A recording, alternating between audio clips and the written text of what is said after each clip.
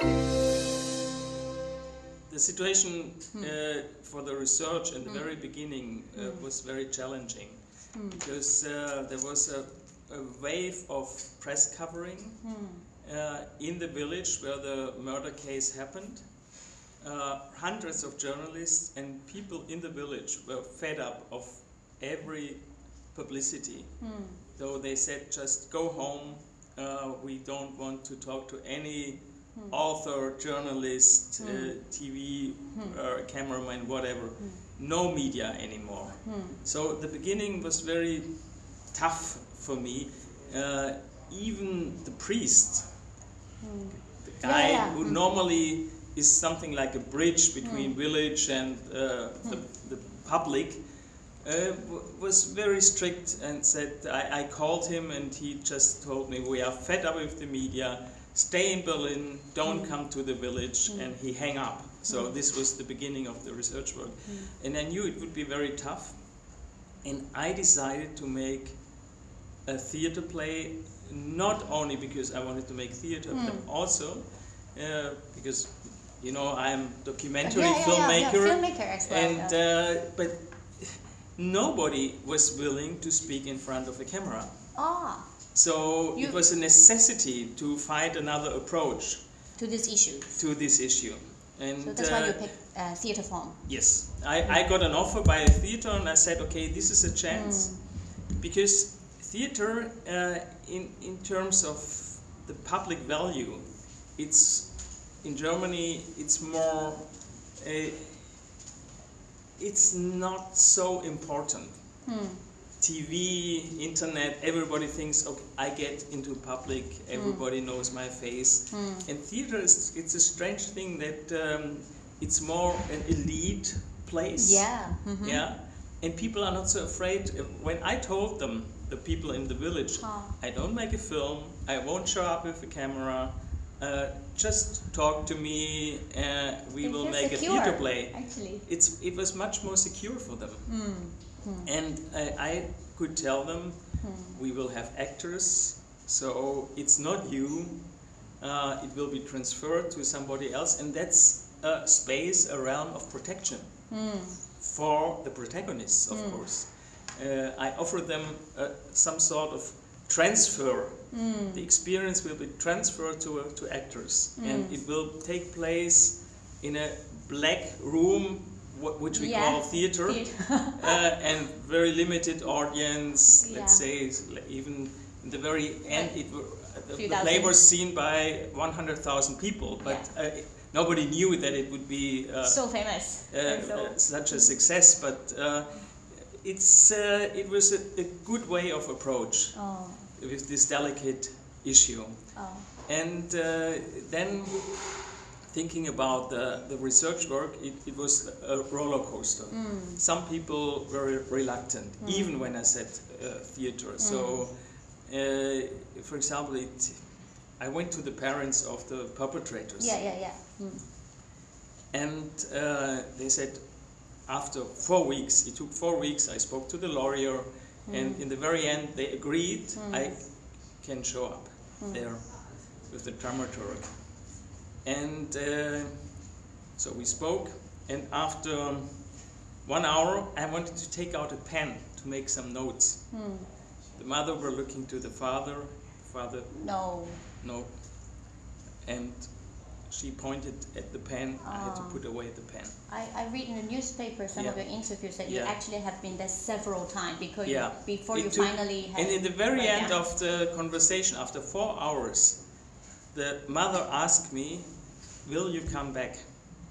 So I knew there's a little bridge of trust which was built, and so we came a second time, we came a third time, and after the fourth time I could put a little microphone on the table. So the trust was increasing. So for me, doing the research work for a play like this, first of all, it means a lot of time effort. If you show up like a journalist, so please let's have an interview, we have to finish it in 2 hours. Normally. No way. Take your time, build up trust, and even if you have to come 5 times, 10 times, in the end there's some sort of harvest. Yeah, you will get gifted. Yeah, it's you get something from you give a lot, you offer a lot, like trust and time and real interest. I think people know if you just show up to get headlines. Yeah, I understand. Or if you have a real human touch and interest in the biographies, in the inner context of what happened. And so time was very important, trust was very important. And for me, the challenge in the kick was the ambivalence concerning the cruelty of the deed. Yeah, and can I follow up on that particularly? Because like when I watched I had the chance only watch the movie version of that, and you didn't read. Actually, I didn't know what is like. I know briefly the event, like incident, but you spend so much time on the, for example, the perpetrators' parents and even their grandparents who are from the East Germany, and actually there are lots of layering in the piece. And can you explain a bit more how you like the layering, the relationship between the layers and the theme, or like your perspective in the whole event, how you relate, or even the structure, how you structure that into what we see? First of all, there's a question. How could a cruel deed like this, how could it happen? This is your initial question. Yes, because you always can generalize and say, okay, every human being is capable to do whatever. Yeah, or because we are all beasts, we are all animals. But that's too simple. And the big question mark came up when I met the parents, because the parents were quite normal.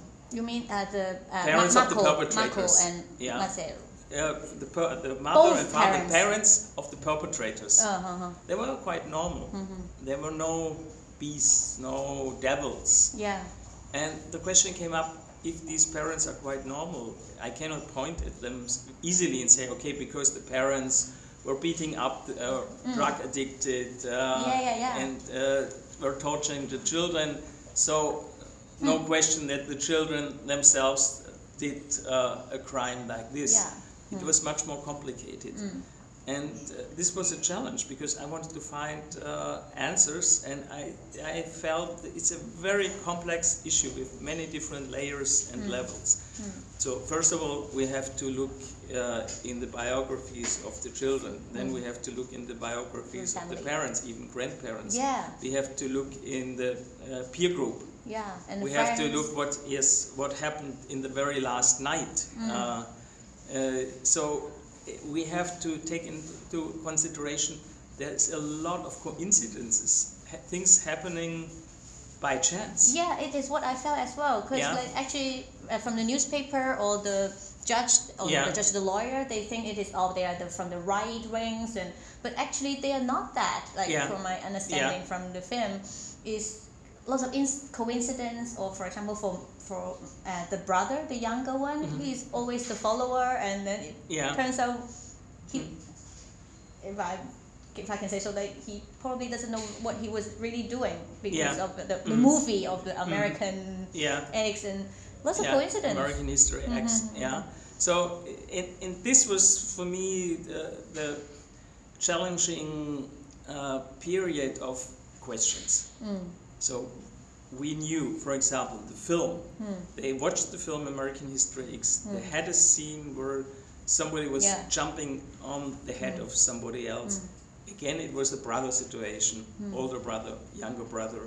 So it was like a role model. And I don't know if the impact of the film, let's say, was 20% or 50%. I only can describe it had an impact. And the younger brother was somebody who was yearning, yelling for recognition, and being the hero by jumping on the head of somebody else. It's absurd and it's cruel, and but we have to see he got some sort of recognition. He was proud of doing it. He told to another friend, and that was shocking for me. I spoke to him. He told to a friend after he killed Marinus. He told somebody it was great. you also have to jump on the head of somebody else. So he was, in a way, it was an absurd recognition of being a hero, like in Taxi Driver, of cleansing somebody who was a Jew, who was an idiot, by cleaning society from these rubbish elements. And of course it's disgusting and it's unbearable, but at the same time, and this was the schizophrenic situation for me, as a you have to accept it comes from the middle of society. They are not just animals. The way how they killed somebody else, it is like a cruel, bad deed, of course. But at the same time, I had to accept it doesn't help us to put people like this just in a cage and point at them and say they are monsters, because then we pretend they are not human beings, they are animals. We have to just put them in the cage. That's why you have that set. So in a box. First of all, so isolate them. And I think for me the necessity to do the play was to say no. Even it's unbearable, even it doesn't mean to justify what they did or in terms of justification, but I want to understand how could it happen. And that means to go in all the details, in all the different layers and levels, the impact of the film American History X, the impact of the parents, the grandparents, the impact of the friendships of the peer group, the impact of the story, what happened 1 week before, 2 weeks before, 3 weeks before, 4 months before, etc., etc. In school, the impact of politics, the impact of the village, the way people were just, in a way, they didn't want to deal with the alcoholic problems of the young generation. They were just ignoring it. So it's when I summarize it, it's a vacuum of responsibility. Nobody is willing to take responsibility. And it's also a vacuum of recognition. People like the perpetrators, but also the victim, they were not recognized in terms of, well, it's good what you do. Nobody asks them, what are your dreams? How can we help to develop your dreams? People were just ignored. Then can you talk about, because it's like the cake is very different, like what you said before with Raspberry Empire, and how different it is when you structure like the research and the structure of it, and how different it is then? Well, first of all, I start with what is common, what is similar in the approach. First of all, there's a long research work of about 1 year, more or less, of having all the interviews, getting the interviews transcribed, and then condensing the material by choosing 1 sentence here, 3 sentences here, so skipping 2 words because they are redundant, etc., etc. So it's a long process of refining, but at the same time verbatim. That means we take exactly from what they say. I don't invent anything. And the difference between the Raspberry Empire and the kick is, of course, when you deal with the board of the bankers, big banks in Europe. They deal normally with a press department, a media department. They want to get all the questions before. They say no camera, only verbatim interviews. But if you don't give us the question before, they're not going to see you. Well, then I was obliged to anonymize, not using names, showing a lawyer before, how do I put specific fragments of the interviews to make it invisible that this or that guy, them. yeah. So I had to make specific detours. Oh, then it's very different from the kick, like with yeah. Oh. And it's you know, the big banks, they have. Are they lying to you when you interview them, or they tell you the real truth, or just very naive asking? Well, of course, the question is again the responsibility or the lack of responsibility. So they are shifting it.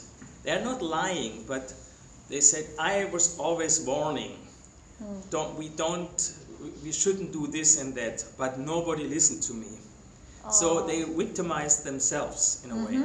They shift responsibility to others. Then how do you pick your editing then, what, or relates to what you want to tell as well? Yeah, for me it was the challenge. First of all, I wanted to show the whole atmosphere of greediness, of what means success for them.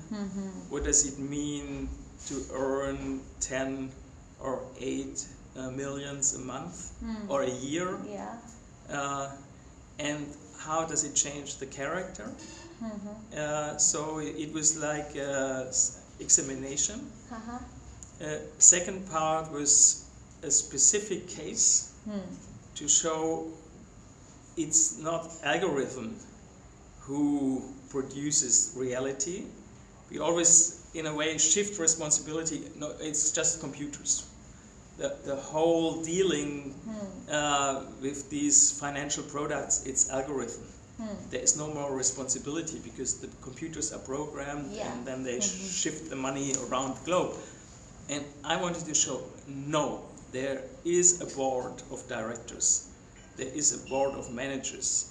And they say, okay, we program the computers like this and that, and they have to say yes. We do it, or no, we don't do it. And to show, to take the term of responsibility back in a very pragmatic way, yes, they are responsible because they decided to do the bargain, or they couldn't. Of course, they could decide in another direction, but they did not. They decided for it, and it was a very risky bargain. And in the end, who had to pick up the bill? The taxpayer. Yeah. It's us. It's society. Then do you have extra information apart from the interviews in Raspberry Empire? Because if they are trying to meandering I had people in the interviews who were very critical, much more critical in a way than the Occupy movement, because they knew how the system worked. And they retired, and so they were accusing not only other colleagues, they were accusing the system as a whole. And so it was a very interesting way of looking into the mechanism of the financial system by using the interviews of these protagonists. And that was a really, for me, it was overwhelming how sharply they criticized the system. Then do you, some other things about documentary theater in general? Do you have a standpoint? Because of course you have a standpoint when you must be interested in certain issues. Then you have your own political background, education background when you start the project, and when you create it. Like what you said, it surprises you very often when you dig deeper and examine deeper, and then how you keep if, for example, if I just put myself or what I thought in the piece, then it would become a propaganda.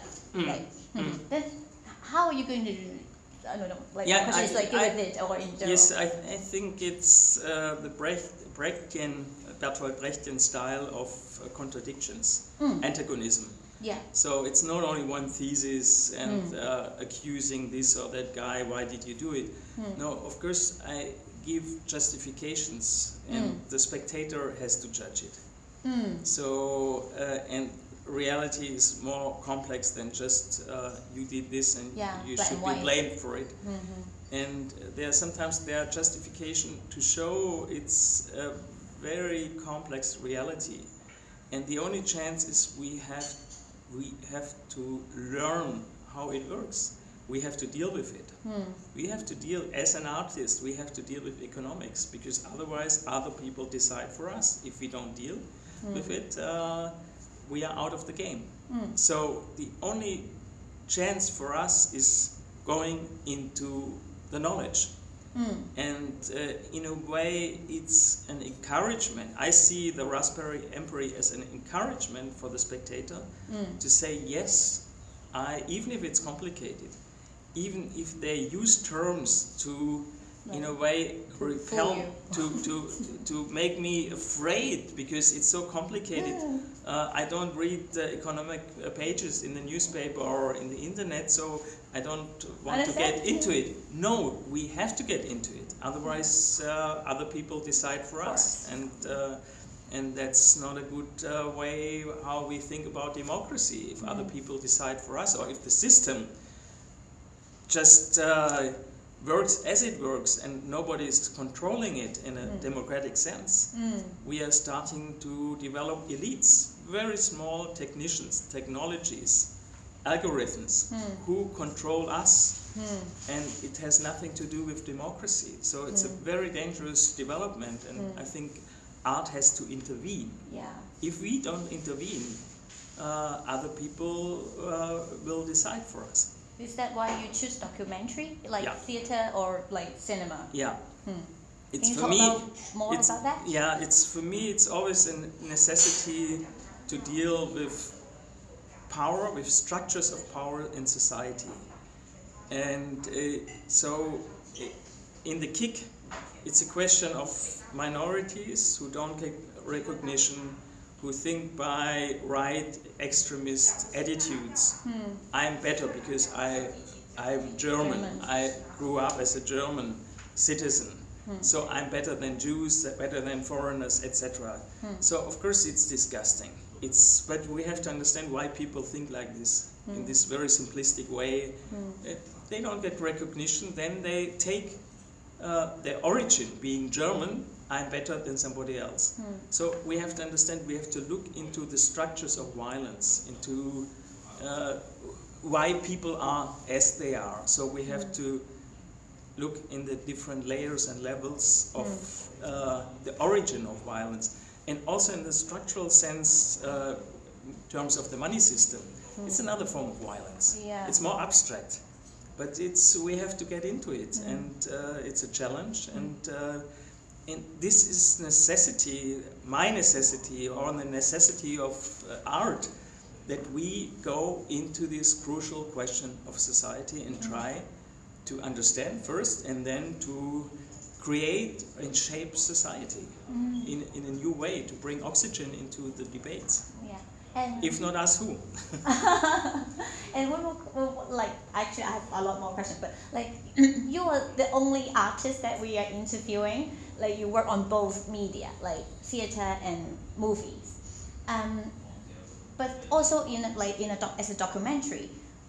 What is the difference between these two media? And this is one question. And the second question is particularly for the kick. As like when I read your interviews, you said you actually it's very different from the theater version in terms of the rhythm, and you used close-up, and for me the close-up really like intrigued me, like when I see the actors like so close and transform themselves, and like how different it is, because I'm not a movie person, so like you just teach me like an idiot.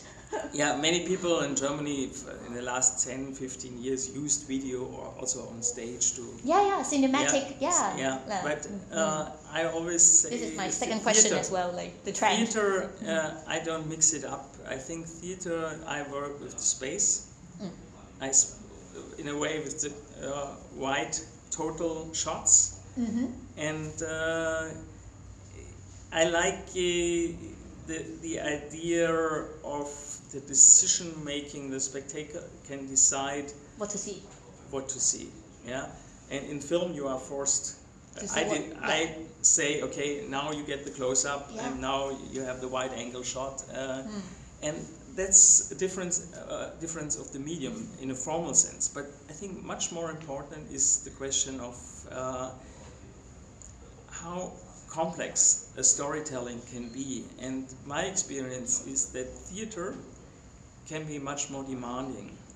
Cinema, and TV even more, is more a popular medium. People want in a way also to get entertained. Mm-hmm. That means the film, The Kick, in cinema was no success. It had around 10,000 admissions, which is for a documentary okay, but in comparison the play had only in Germany around now up to 100,000 admissions. Wow. People are more willing to deal with complex issues in theater. Cinema becomes more and more an entertaining medium. And that's a huge difference. For me, theater is in a way like an island, the island of complexity, the island of challenging issues. For example, the Raspberry Emperor, there is no TV version. They told me it's too demanding, it's too complex. The Kick they did, but it's 10 years ago. Yeah. You mean the people say because Raspberry They're Emperor is too complicated for movie? For movie, for TV program, it's too demanding, it's too complex. So we can just do it in theater? Yeah. Oh. And so it's, again, theater is like an island, a very specific island in terms of research, in terms of the possibility to go under the radar, I always say, because people think, oh, it's just theater, it's not so important, not so many people will watch it, I'm willing to share. And on the other hand, it's a chance for complexity, it's a chance for a demanding way of telling a story in terms of layers, in terms of structure, in terms of contradictions. And so for me, theater is a gift. It's a gift in terms of having the possibility to offer a much more challenging way of telling stories. And even the Raspberry Emperor, we had in Berlin, we had 60 performances, 60 shows, and it was always sold out, so we had around 500, so it's 30,000 spectators just saw in Berlin, and then it was shown in several other stages, cities too. So it's also a possibility to reach people, but you have to be more patient. Yeah, and like another question is, do you think documentary theater is more needed nowadays than before, especially because of the internet, social media, like what you said, is like an island. But I think but what I want to like as a background is because in Hong Kong, like something similar is like theater is a kind of elite thing, but at the same time people think theater is like cinema. Like here we look for entertainment, and for example, the company I work with, they did documentary theater like as a focus. Very often like the sales is really bad and no one comes in and the issue is so complicated, like you have lots of layerings and you're not telling a story, and we can not like a story that like hero that we can fall in love and you want much to identify in emotional sense. And then like very often here the case is like it didn't sell very good, and that's why we want to promote it. And can you tell us why it is more needed? I think it's a question of, I won't say educating the audience, but seducing them step by step into complexity. I made the experience even with documentary films. There, for example, there are cinemas where people are used, they get a very high level quality, and they know when I go to this theater or when I go to this movie theater, I get a specific quality. And so they are in a way used to it. They know I can rely on the quality. And so step by step, more and more people will show up. And if you are not used to it, for example, if you have this Cineplex movie theaters and you show a documentary, nobody will show up because I just showed one documentary in a movie, this shopping mall movie centers, and the woman at the box office, she was ashamed, and she said to the people who wanted to buy tickets, "This is not a real movie, it's a documentary." She was ashamed that people were afraid, or she was afraid that people want the money back. Yeah?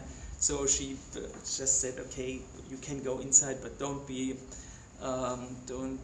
angry. It's not a normal film, it's a documentary." And so step by step, when people are used to it, that they gain something, that it's like a present, a gift of something they don't get in the internet, they don't get it on TV, and people start to get grateful. And then there's the propaganda of mouth. They tell other people it's excellent, you have to see this, you have to watch this, and step by step it's growing. And I think it will take maybe 1 or 2 or 3 or 5 years that people see it as a chance, and especially to avoid, in a way, censorship, the different layers of censorship. You have the censorship like the geek people say, "I don't want to show up in a film."